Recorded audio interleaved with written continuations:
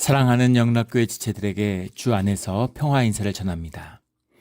오늘은 2014년 3월 6일 수요일입니다. 오늘의 묵상 본문은 창세기 20장 1절로 18절까지의 말씀입니다. 오늘 본문 말씀 20장 1절부터의 말씀은 이렇게 시작합니다. 아브라함이 거기서 네게부 땅으로 옮겨가 가데스와 술 사이 그랄에 거류하며. 네게부 땅이라고 하는 것은 이제 팔레스타인 전역으로 봤을 때는 남부 지역에 해당되는 거죠. 그 사해의 서쪽에 해당되는, 팔레스타인의 남쪽에 해당되는 그 지역이 이제 네게부라고 하는 평야지대입니다. 그리로 다시 옮겨갔다는 거죠. 그래서 팔레스타인 땅을 줬는데 왜 네게부 땅으로 다시 옮겨갔을까? 다시 팔레스타인 지경을 이제 벗어난 거예요. 주님이 주신 가나안의 땅을 벗어난 것입니다.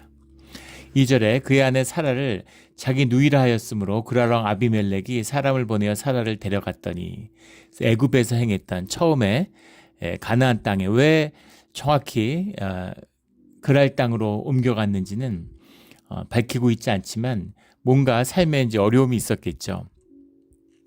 근데 그 문제를 주님 안에서 푸는 그런 승리와 그런 엘람왕을 무찌르는 그런 놀라운 승리와 기적을 맛봤음에도 불구하고 다시 무언가 환경과 조건에 따라서 또다시 삶의 자리를 지경을 옮겼다는 겁니다. 믿어지지 않는 이야기죠. 어떻게 이럴 수가 있을까? 어떻게 이럴 수가 있을까? 이게 우리 인간의 모습입니다. 그 신약에 보면 베드로가 주님을 지키겠다고, 주님을 위해서 목숨을 바치겠다고 맹세했는데 두려움이 오니까, 두려움에 붙들리니까 제사장의 계집종 앞에서 주님의 이름을 저주하며 부인했죠. 3번을 부인했습니다. 그리고 베드로의 통곡이 임하죠. 그리고 자기 고향에 돌아가서 물고기 잡다가 주님을 다시 만납니다. 그 주님의 길을 가는데 담대한 승리를 맛봐요. 공회에 서서 내가 너희의 말을 듣는 게 옳으냐, 하나님의 말씀을 듣는 게 옳으냐, 이렇게 일갈할 만큼 제사장의 계집종도 두려워했는데 제사장도 두려워하지 않는 그런 당당한 베드로의 모습을 보여주죠. 그런데 갈라디아서의 말씀에 나오는 것처럼 또 안디오크에 가서는 이방인들하고 식사하다가 율법주의자들을 만나니까 또 위축되는 모습을 보여줍니다. 이렇게 보여주는, 어떻게 사람이 이럴 수가 있느냐, 사람이 그런 것이죠. 우리의 육신이 연약해요. 그래서 하나님과 함께 할 때는 놀라운 승리와 당당한, 담대한 모습을 보여주지만 또 주님의 임재가 약해지면 우리가 매주 예배를 드리는 비밀이 여기 있습니다. 정말 전신갑주를 두르고 하나님의 이름으로 무엇이든 할 수 있었을 것 같은 그런 모습이었지만 또 우리가 무너지고 연약한 모습이 있는 거죠. 주님과의 관계가, 주님이 영이신데 우리도 영이 있지만 우리가 육신을 입고 살아가잖아요. 현상이 보이고 조건이 보이고 또 그런 세상 끊임없이 우리를 위협합니다. 그 위협과 두려움에 사로잡히면 순식간에 무너져 내리는 것이죠. 그래서 아브라함이 또다시 연약하고 부족한 모습을 보여줘요. 그렇다고 해서 주님이 아브라함을 책망하거나 아브라함을 부인하시거나 아브라함을 떠나시지 않는다는 겁니다. 이게 중요한 것이죠. 우리가 뭘 잘했다고 해서 못했다고 해서 주님이 우리를 떠나시지 않습니다. 주님을 거부하지 않으면, 예배를 거부하지 않으면, 말씀을 거부하지 않으면 주님이 우리를 떠나지 않으세요. 그래서 늘 주님께 돌이키고 또 돌이켜야 되는 것이죠. 주님이 떠나시지 않는다는 의미가 우리가 우리의 죄에 대한 죄값을 치르지 않는다거나 또는 벌을 받지 않는다는 얘기가 아닙니다. 오히려 악이 흥황할 수 있겠죠. 심판이 기다리고 있으니까. 하지만 주의 자녀라면 벌을 받습니다. 자녀가 귀하면 벌을 주죠. 자녀를 올바른 방향으로 이끌기 위해서 주님이 역사하시죠. 그런 것처럼 주님께 늘 돌이켜야 하고 주님과 함께 가야 되는 것입니다. 아브라함도 이 믿음의 우리의 조상, 주님의 믿음으로 연단한 아브라함조차도 이런 연약한 모습을 또 보이고 있다는 것이죠. 또 하나 우리가 잊지 말아야 될 것은 주님이 약속한 가나안 땅을 벗어났다는 것, 그 땅의 의미가 깊잖아요. 주님이 함께 하신다고 약속의 땅인데 그 땅을 벗어나면 정말 한없이 찌질하고 못난 모습을 보여줘요. 애굽에 가서 그랬던 것처럼 그랄 땅에 오니까 또 그러는 것이죠. 그래서 주님이 있으라고 하는 것, 그것을 지켜야 하고 머물러야 되는 것입니다. 늘 은혜의 자리에 머무는, 주님의 뜻 가운데 머무는, 말씀 가운데 머물며 예배 가운데 머무는 그런 우리가 되기를 주의 이름으로 축원합니다. 3절에 그 밤에 하나님이 아비멜렉에게 현명하시고, 아비멜렉을 주님이 만나셨어요. 주님이 직접 아비멜렉에게 말씀하셨다는 겁니다. 아비멜렉이 그랄 왕인데 사람의 이름일 수도 있고 왕의 칭호일 수도 있습니다. 아비멜렉이라는 이름이 성경에 많이 나오죠. 그래서 아비멜렉, 멜렉이라는 게 왕이고 아비라는 게 이제 뭐 아버지 이런 말이죠. 그래서 내 아버지 왕이다. 왕이 아버지, 아버지 왕 뭐 여러 가지로 해석할 수 있겠지만, 그럼 아비멜렉 마치 로마의 황제가 케이사르고 그게 이어지는 거죠. 러시아의 황제가 짜르고 그 독일의 황제가 카이저인 것처럼 아비멜렉이라는 게 왕의 칭호일 수 있습니다. 물론 사람 이름일 수도 있죠. 우리가 그 성경의 영향으로 데이비드 뭐 이런 이름들 많잖아요. 뭐 제이콥 이런 이름들 많은 것처럼 아비멜렉이라는 게 또 사람의 이름일 수도 있죠. 근데 하나님이 아비멜렉의 꿈에게 나타나셨어요. 아브라함처럼 직접 나타나시는 게 아닙니다. 아비멜렉은 주님을 페이스 투 페이스로 만날 수 있는 사람이 아니죠. 그러면 죽어요. 누구도 그렇게 주님 앞에 나갈 수 없는 것이죠. 주님이 계시를 위해서 꿈에 나타나서 꿈을 통해서 현몽하셨다는 겁니다. 그에게 이르시되 내가 데려간 이 여인으로 말미암아 내가 죽으리니 그는 남편이 있는 여자임이라. 내가 죽으리니. 근데 왜 사라를 데려갔을까라는 거죠. 사라의 나이가 지금 90입니다. 아무리 젊고 미모가 있었다 하더라도 젊어 보인다고 해도 90이에요. 그래서 90살 날 여인을 무슨 정욕에 이끌려서 취했다 이렇게 보기는 어렵겠죠. 그러나 이 당시의 일들은 이런 것은 사실은 굉장히 일반적인 것이었을 것이라고 예측해 볼 수도 있습니다. 왜냐하면 이런 것이죠. 그 일본의 전국을 통일한 도요토미 히데요시가 있죠. 그 임진왜란의 원흉입니다. 근데 도요토미 히데요시에게 여동생이 있는데 무슨 히메라고 무슨 히메 이름이 그랬던 것 같은데, 그 야기 여동생을 2번을 이혼시킵니다. 3번째 결혼한 상대가 도쿠가와 이에야스죠. 오다 노부나가가 천하를 거의 통일했는데 오다 노부나가의 가신이잖아요, 도요토미는. 그런데 사실은 자기 주인의 집을 털은 거죠. 그래서 아주 희대, 일본어로 보면 희대 인물이죠. 어떻게 아주 농민으로 태어나서 그 일본의 정상에 오른 도쿠가와 이에야스하고 이제 전국을 놓고 쟁패를 했는데 무력으로는 도저히 도쿠가와 이에야스를 꺾을 수 없는 겁니다. 그러니까 도쿠가와 이에야스를 결국은 이제 자기 여동생하고 정략 결혼을 시켜가지고 굴복을 시키죠. 그런데 여동생이 이제 시집가서 살고 있으니까 이혼을 시켜가지고 강제로 결혼을 시켜요. 그 2번째 결혼도 첫 번째를 강제로 이혼시키고 2번째 정략 결혼을 시켰는데 또 이혼을 시키고, 정말 비참하고 비극적인 운명이죠. 그 중세시대의 여성의 운명이라는 건 정말 비극적입니다. 그래갖고 3번째 그걸 시킨 거예요, 결혼을. 나이가 도쿠가와 이에야스하고 별 차이가 없었다 그러죠. 40대였는데 지금 40대를 생각하면 안 되죠. 그 시대를 보정하면 지금 한 60, 70대 같은 그런 느낌이었을 겁니다. 그 평균 연령이나 이런 걸 생각해 보면. 그러니까 결혼은 했지만 이제 부인으로서 받은 게 아니죠. 정략 결혼이니까. 그러니까 한 번도 기록에 보면 합방을 하지 않았다 그러죠. 굉장히 정중하게 돼 있다 그래요. 오빠가 태합이니까 도요토미 히데요시니까 정중하게 돼 있겠죠. 그러나 부부 같은 그런 생각하는 그런 관계가 아닌 것이죠. 그냥 법적으로만 부부지. 그런 것처럼 그런 여러 가지 정략적인 것으로서 여성을 취하던 그런 의미가 있다는 겁니다. 그러니까 지금 아브라함이 들어왔는데 아브라함도 그냥 한 가정이 애굽에 갈 때하고는 다 상황이 다르죠. 이제 일가를 이뤘어요. 따르는 사람도 수백 명이고 상당한 그런 걸 자기 영내, 자기의 권역 안에 들어온 겁니다. 그러니까 이제 그 땅을 인정해주고 자기의 어떤 그 권세 아래에 둔다고 하는 이제 그런 형식을 취하는 것이었겠죠. 여동생이 있다 그러니까 이제 이걸 데려가는 것, 그걸 이제 와이프로 취하는 것이 일종의 정략적인 평화를 안착하는, 또 아브라함이 이 아비멜렉에게 고개를 숙이고 그의 영향 아래 들어갔다라고 하는, 봉신이 됐다라고 하는 이제 그런 의미가 들어 있었던 것이겠죠. 그래서 그 누이를 취했는데, 그러니까 부인으로 이제 측실로 삼을 수 있었겠죠. 축첩을 하는 것이죠. 그런데 아비멜렉이 그 여인을 가까이 하지 아니하였으므로 그가 대답하되 주여 주께서 의로운 백성도 멸하시나이까. 의로운 백성이라고 해석을 했는데 하고이 차데크라는 말입니다.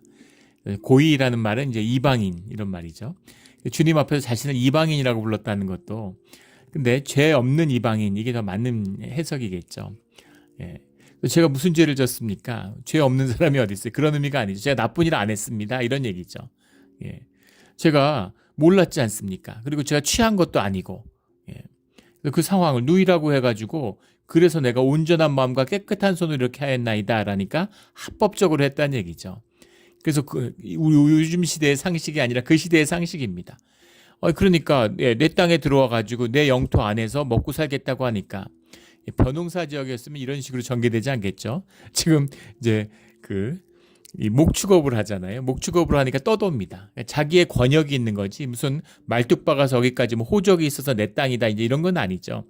그 땅에 양떼와 소떼를 몰고 들어왔으니까 그렇다고 자기 권역인데 누구나 아무나 들어오면 되겠어요? 그러니까 가서 이게 내 땅인데 내가 널 살게 해줄게. 우리가 이제 앞으로 잘 지내자 이런 거죠. 그 대신 만약에 아비멜렉이 이런 거죠. 이 땅에 너의 권리를 좀 인정해 줄게. 하지만 내가 어려움을 당하면 네가 군대를 보내서 네 수하의 사병들을 보내서 나랑 함께 싸워야 돼. 이런 봉신의 계약을 맺는 거죠. 그래서 그런 증표로서 누이를 데려온 겁니다. 그러니까 이것은 이제 온전한 마음과 깨끗한 손으로 이렇게 합법적으로 데려온 것이다. 제가 무슨 불법을 행했습니까? 양심이 어긋났습니까? 내가 의도적으로 무슨 나쁜 짓을 알면서 양심을 거슬렸습니까? 이런 얘기인 거죠.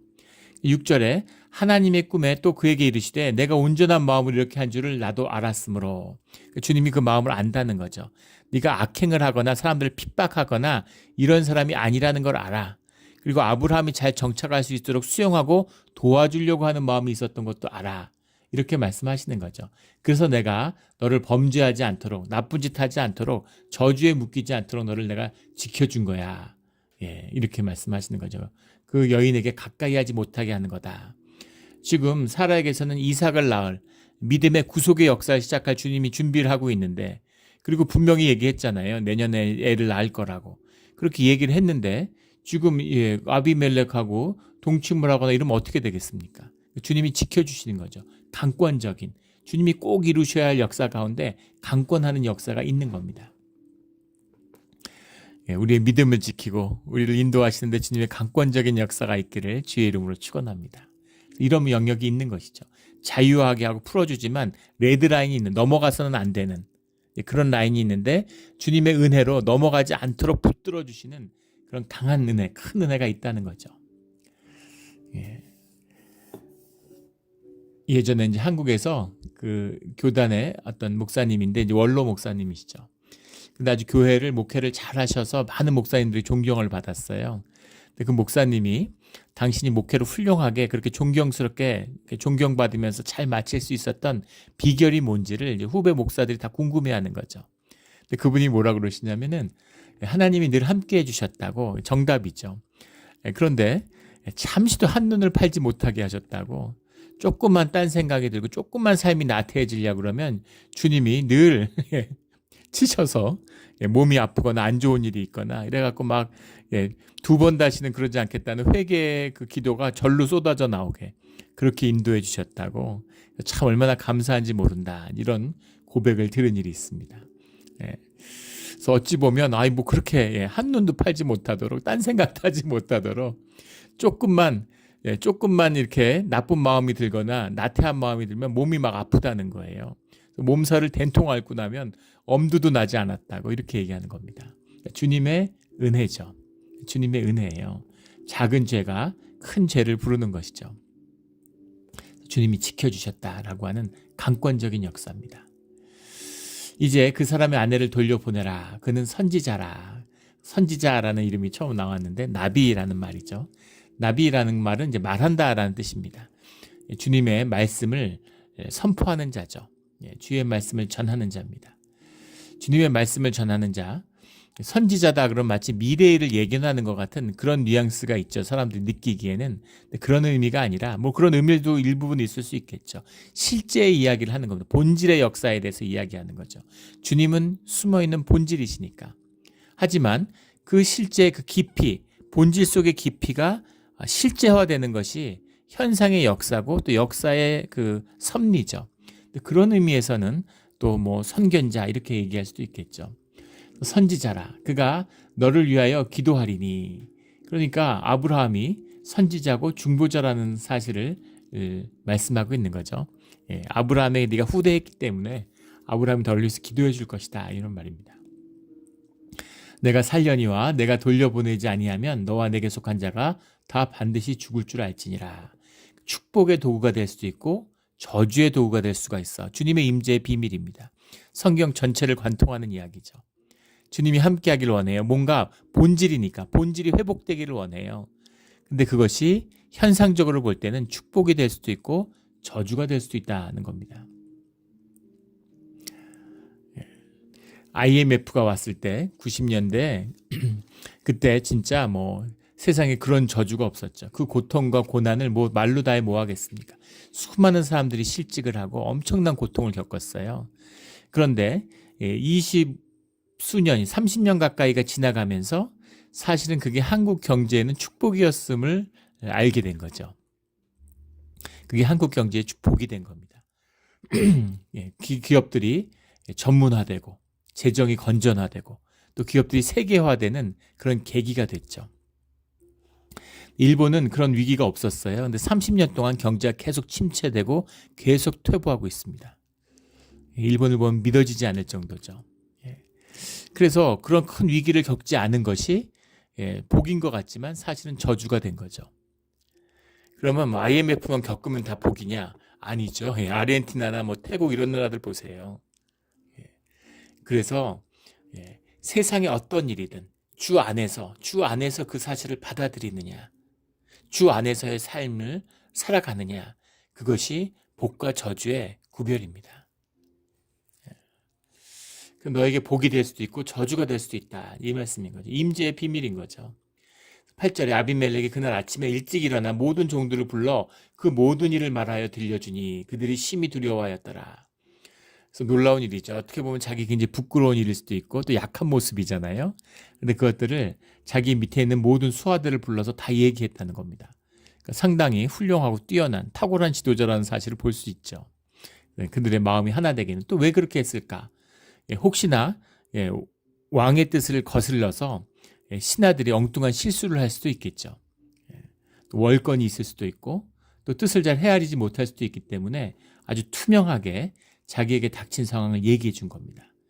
그러니까 다들 아브라함한테 아무도 해코지하면 안 돼. 아무도 아브라함한테 해를 끼치면 안 돼 하는 사실을 분명히 얘기한 거죠.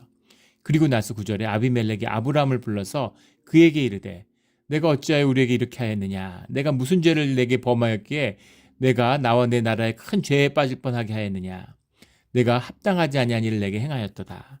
네가 나한테 무슨 억하 심정이 있어서 내가 너를 선대했는데 나를 속여가지고 하나님 앞에서 우리가 큰 재앙을 당할 뻔하지 않았느냐? 라고 아비멜렉이 아브라함을 꾸짖는 것이죠. 참 아브라함에게도 부끄러운 일이죠. 얼마나 부끄러운 일입니까? 주의 자녀고 믿음의 조상이고 하나님의 언약의 백성인데 이방인에게 꾸짖음을 들어요. 하나님의 꾸짖음을 이방인을 통해서 듣는 겁니다. 부끄러운 얘기죠. 부끄러운 얘기예요. 이것은 아주 부끄러운 얘기입니다. 주님께 꾸짖음을 들어야죠. 아비멜렉에게 꾸짖음을 들어서 되겠습니까?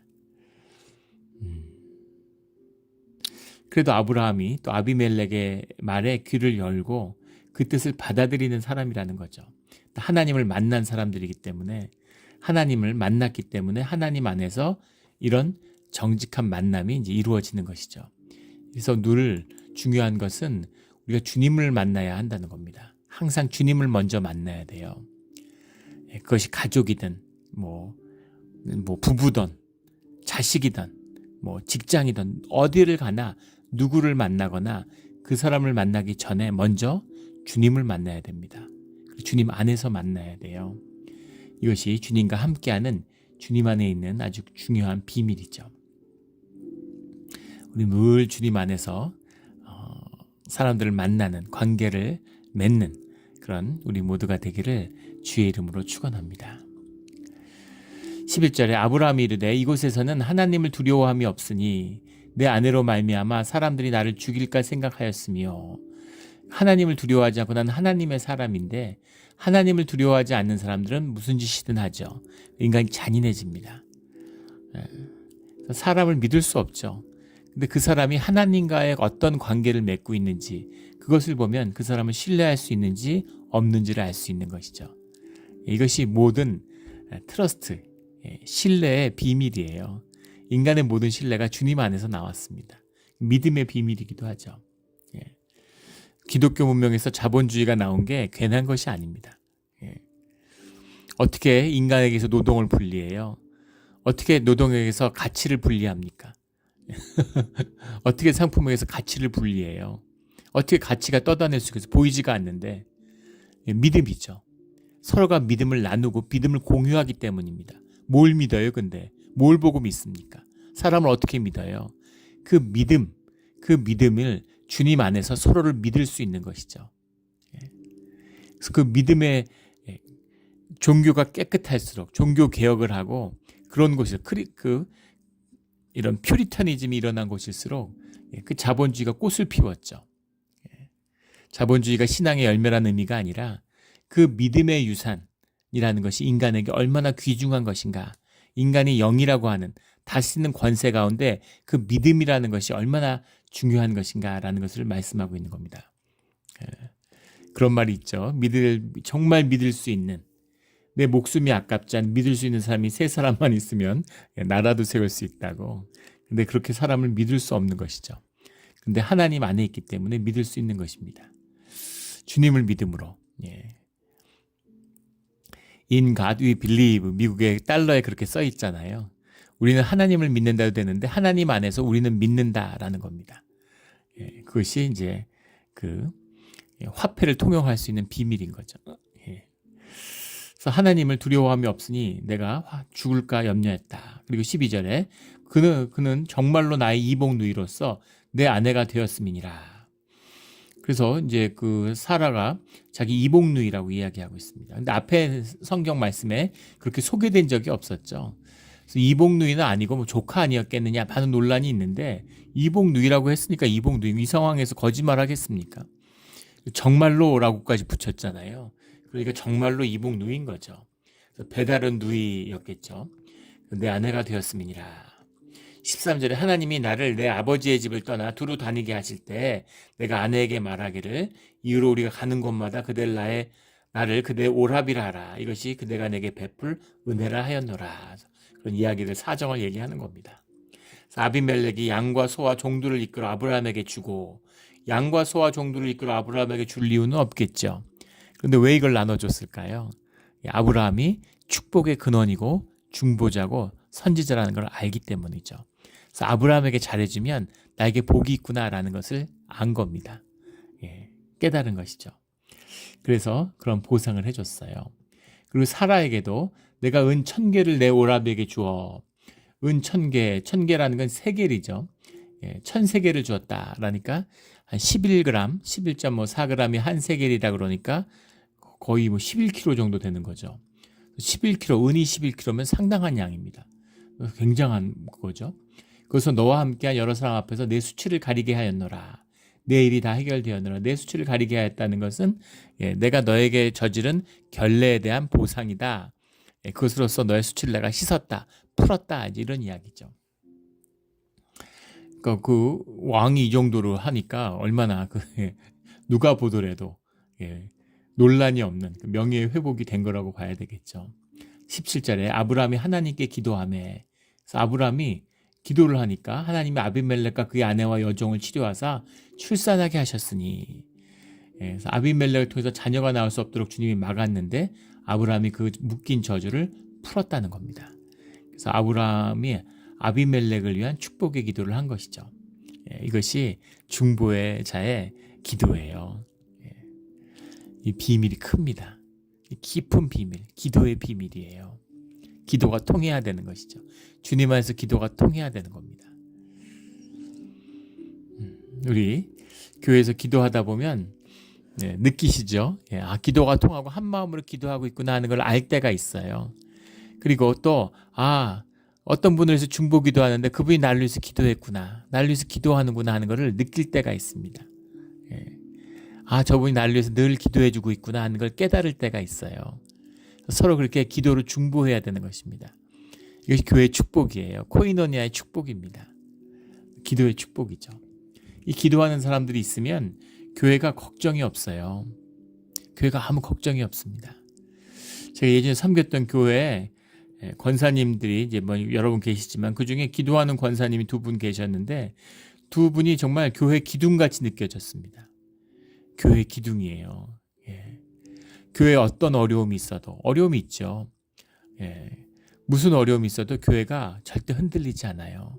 뿌리와 같이, 기둥과 같이 교회를 지키고 있는 겁니다. 그런 권사님들이 계셔야 돼요. 장로님들도, 목사님도 어려운 일 있으면 기도해 달라 그러고, 예. 기도하는 겁니다. 예. 이것이 이제 중보자의 비밀이에요. 예. 예전에도 이제 몇 번 나눈 적이 있었죠. 예. 우리 한국에 있을 때 같이 섬겼던 교회 담임 목사님이 굉장히 목회 가운데 많은 그런 일들이, 능력이 나타났습니다. 저도 그 목회 그런 걸 좀 배우고 싶고 알고 싶어서 갔는데 사실은 그런 게 아무것도 없었어요. 근데 그 목사님이 그런 얘기를 하시는 겁니다. 당신은 늘 할머니의 기도가 함께하고 있다고, 할머니가 늘 기도해 주시기 때문에 목회 아무 걱정이 없다고 그렇게 얘기하시는 겁니다. 할머니 돌아가셨죠. 하지만 천국에서도 늘 당신의 목회를 위해 손자를 위해서 기도해 주실 거라고, 손주가 목회자로서 목사가 되기를 평생을 기도하셨다는 겁니다. 5대가 크리스찬이라고 이렇게 얘기하는데 사실 할머니에게서 시작됐는데 할머니가 오셔서 시집와서 시모와 시조모를 전부 다 교회로 이끌었고 온 집안을 전부 다 복음화 시켰다는 거예요. 상상이 되세요. 어떤 며느리가 오면 그런 일이 가능하겠습니까? 믿음의 딸인 것이죠. 예. 그래서 당신이 불교 중학교에 입학을 했는데 뺑뺑이 돌리는 거니까 대구에서 불교 중학교를 갔더니 할머니가 그 소식을 듣고 주저앉으셨대요. 그러더니 그렇게 통곡을 하고 오셨다고. 예, 어떻게 목사로 세우기 위해서 기도하는데 불교 중학교를 갈 수가 있냐고. 그리고 40일을 금식을 하셨답니다. 기도원에 가서 기도를 하고. 예, 어떻게 주님 이런 일이 있을 수가 있습니까? 예, 내 손주를 목사로 내드리고 그로 위해서 기도하는데 어떻게 이런 일이 있을 수가 있습니까? 그리고 주님한테 그 원통함을 고백하는 거죠. 어떤 분이실지 상상이 되죠. 근데 놀라운 것은 시간이 지나서 제가 어떤 다른 목사님에게서 그 할머니 권사님에 대한 얘기를 또 들었어요. 그 목사님이 은퇴한 목사님인데 당시 목회에 대해서 얘기할 때 젊어서 목회를 하러 갔는데 교회에 권사님이 계시는데 매일 철야 기도를 하신다는 겁니다. 교회에 와서 밤에 매일 철야 기도를 하신대요. 그러니까 얼마나 목사님이 그 당시 이제 교회 사택이 교회 옆에 붙어 있었는데 권사님이 밤에 와서 기도하니까 그걸 나 몰라라 할 수도 없고 같이 나가서 기도하면 새벽 기도하고 낮에 이렇게 다니면서 이제 일을 하니까 그러니까 목회를 하니까 이제 못 견디죠. 그러면 몸이. 그래가지고 맨날 그게 너무 마음이 불편했다는 겁니다. 예. 근데 그분의 표현을 그대로 옮기는 거예요. 아유, 저 할 말씨만 없으면 정말 목회할 만하겠다. 이런 생각이 들었다는 겁니다. 인간의 악함이죠. 그런데 놀라운 것은 뭐냐면 나중에 목회가 잘 되고 교회도 너무 잘 되고 정말 많은 복을 받았구나 이렇게 했는데 그 권사님이 나이가 들어 돌아가셨는데 권사님이 돌아가시고 나서 시간이 지나면서 깨달으셨다는 거예요. 그 권사님이 교회와 당신과 당신의 가정과 목회와 모든 것을 지켜주셨구나 하는 것을 깨달았다는 겁니다. 물론 주님이 지키시는 거죠. 그러나 주님을 위해서 그것을 통하는, 간구하는 중보자가 있어야 되는 것이죠. 그분이 이제 같은 분이셨던 겁니다. 그런 기도에 기도하는 분들이 서야 돼요. 기도하는 분들이 서야 됩니다. 그러면 어떤 목사가 오던 누가 와서 목회를 어떻게 하던 교회는 흔들리지 않습니다. 또 목회도 바른 방향으로 가게 돼 있죠. 그 사람이 부족하고 연약하고 777 못해도 상관없어요. 사람이 어떤 사람이든 누가 오던 교회에 아무 상관없습니다. 영이 하는 거예요. 성령의 역사입니다. 그것을 위한 중보자로서 서는 그런 기도자들이 나와야 되는 거죠. 그 반대도 있습니다. 이세벨이 나오는 거죠. 이세벨이 교회 안에 있으면 어렵습니다. 예, 처음에 우리 영락교회가 십수년간 갈등과 분쟁으로 노예에서 교회를 클로즈할까 말까 여러 번 고민했다 그러더라고요. 제가 왔을 때는 재직도 해산돼 있었고, 예, 무슨 구역도 해산시키고 다 해산시켰죠. 당회도 해산된 상태였고. 그런데 새벽 기도를 하는데, 새벽 기도를 해 보니까 그 분쟁의 주인공들이 다 새벽 기도하는 분들이 아니에요. 그래서 이게 생각보다 그렇게 갈등의 골이 깊지 않을 수도 있겠구나. 이 문제가 생각보다 쉽게 해결될 수 있겠구나. 이런 마음이 들었습니다. 이세벨이 있다는 건 뭐냐면 이제 직통 계시를 받은 발람의 무리들은 교회를 농락하는 거죠. 주님이 임재가 없으니까, 주님을 모르니까, 그러니까 내 마음대로 종교 생활을 하는 겁니다. 이리로 가자, 저리로 가자, 이리로 가자 그럼 저리로 가려고 그러고, 저리로 가자면 이리로 가려고. 내 에고가 중요하니까 내 뜻을 관철시키고 내가 높임 받으려고 종교 생활을 하는 거죠. 그것도 물론 나쁜 것이고 악한 것이지만 그런 것은 크게 위협이 되지 않아요. 주님 안에서 질서를 바로 세우면 됩니다. 그런데 이세벨이 활기를 친다. 이세벨은 뭐예요? 직통 계시 받았다는 거죠. 하나님의 계시를 받았다는 거죠. 제가 아는 한 목사님이 한 교회를 가셨는데 기분이 그 삼위일체로 신학 박사를 한 분입니다. 그 신학교에서 오래 학생들 가르쳤어요. 그런데 들은 얘기죠 물론. 근데 뭐 그 성경 공부를 하는데 그 교회 한 권사님이 그러시더래요. 목사님은 삼위일체를 잘 모른다 그러면서 삼위일체는 나한테 배워야 된다 그러시더래요. 그래서 권사님은 삼위일체를 어떻게 이렇게 잘 아시냐 그러니까 성령이 직접 나한테 가르쳐 주셨다고. 직접 나한테 가르쳐 주셨지 신학교에서 공부하고 이런 걸로는 모른다고 이렇게 얘기하시더라고요. 그래서 그럼 권사님이 좀 가르쳐 달라 그러니까 이거는 말로 할 수 없는 거라고, 내가 깊이 깨달았고 알지만 이건 말로는 표현 못 한다고 그렇게 얘기를 하더라는 겁니다.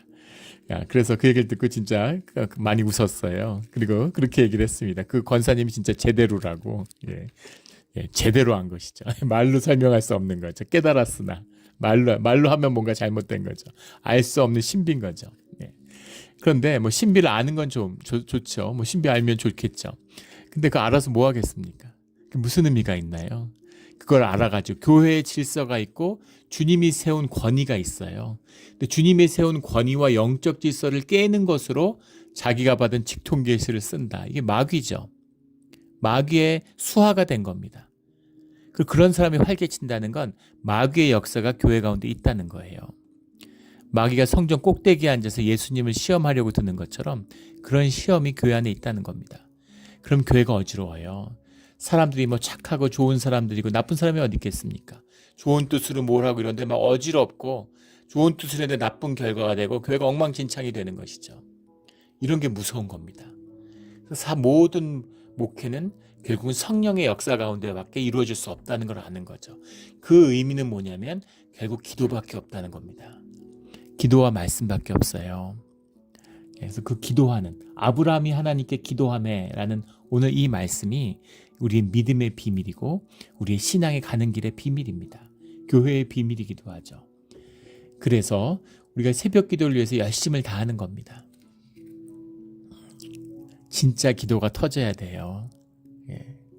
이유식을 먹는, 무슨 설교 들으러 오고, 처음 왔을 때 보면은 설교하기 직전에 들어와서 설교 끝나고 나가요. 심지어 예배에 그런 사람도 있습니다. 설교 듣는 걸 예배로 하는 것이죠. 그건 마치 어린아이가 나이가 20살인데 지금도 이유식 먹는 거예요. 믿음이 자라야 됩니다. 기도가 자라야 돼요. 그래야 우리의 신앙이 열리는 겁니다. 믿고 안 믿고라는 게 믿어도 좋지만 안 믿으면 그만, 그렇지 않죠. 우는 사자와 같이 마귀가 우리 집 밖에 기다리고 있어요. 네가 예수 믿는다고 까불었는데 한번 나와봐. 가나안 땅에서 한번 나와봐. 그러고 기다리고 있는 것이죠. 아브라함이 하나님께 기도하매 하나님이 그 아비멜렉과 그 사람들을 이제 축복하셨다라는 겁니다. 여호와께서 이왕에 아브라함의 아내 사라일로 아비멜렉의 집에 모든 터를 닫으셨습니다라. 아비멜렉이 알고 했던 모르고 했던 그 죄에 대한 값에 묶여 있었는데 그것을 아브라함의 기도를 통해서 풀어주셨다는 겁니다.